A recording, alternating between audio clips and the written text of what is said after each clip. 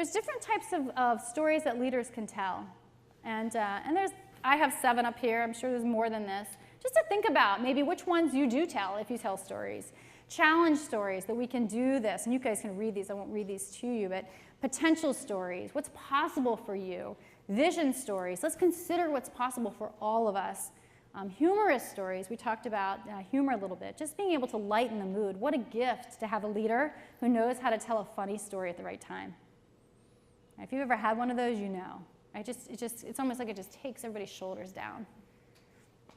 Sometimes cautionary tales are important. Right? We did this before. We can't do this again. And one of my favorite ones are just metaphoric stories. So taking a situation very different than the situation you're in and helping people see it differently. So maybe you have a team that's up against incredible odds on something, and you bring up a story about a high school soccer team. Right? It's a totally different experience, but the emotion's the same. Right? It allows us to think differently about the situation. Again, transports us. So as leaders, we should be able to tell, we should have some agility in our storytelling too. Not just tell one type of story, and hopefully not just tell one story, but have a lot and be able to weave in and out of them. And we also seem to think that stories have to have, some maybe 5-minute narration with, a beautiful denouement in the beginning or in the middle and all that kind of stuff, but they don't. They actually can be very short, and sometimes those are the most powerful ones. So let's talk about what a good story has. I'm going to demystify this for a second. Good story just has a few things. Okay, this is a good leadership story. This is different than a cocktail story. You guys can tell this however you want.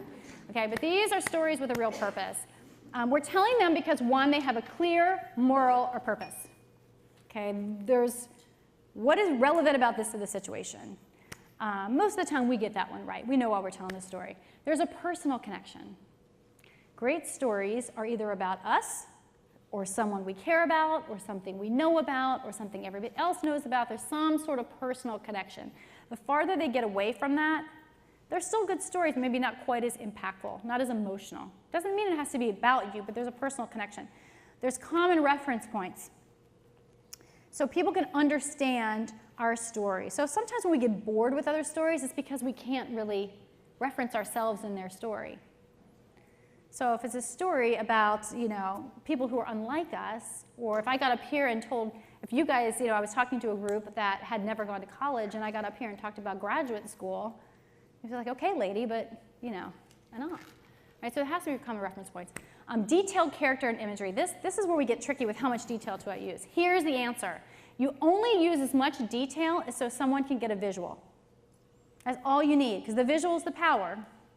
So you have to give enough so that people can kind of get that picture in their heads, and that's pretty much it. You can go into more, but that's what we're looking for in terms of level of detail.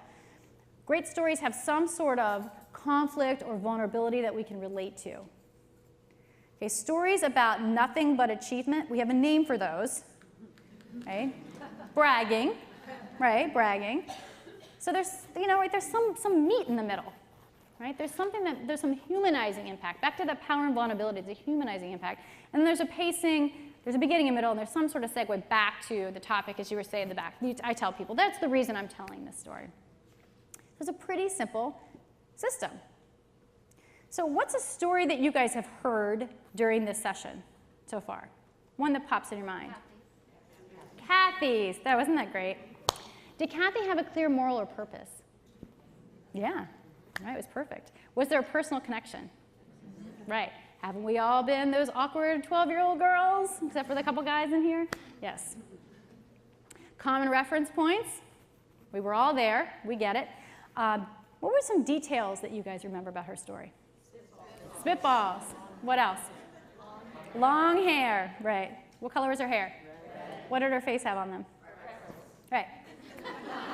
Right? Think about that. You guys remember all that, because she used great visual imagery in that story. It wasn't a long story. Didn't have to be. She gave us just enough. Conflict and vulnerability. Oh, yeah. Yeah. Spitballs got bigger, right? Remember that? And then she brought it back beautifully, didn't she, to the topic. That's it. That's the whole thing. Okay, so she could have gotten up here and talked about somebody else's presence, right, that she'd worked with once, and that might have been fine. But wasn't it more impactful when she talked about herself? And that's the beauty of that. So we're going to get a chance here to tell our own stories and just practice a little bit. The doors are locked, so don't even think about leaving. It's in my contract.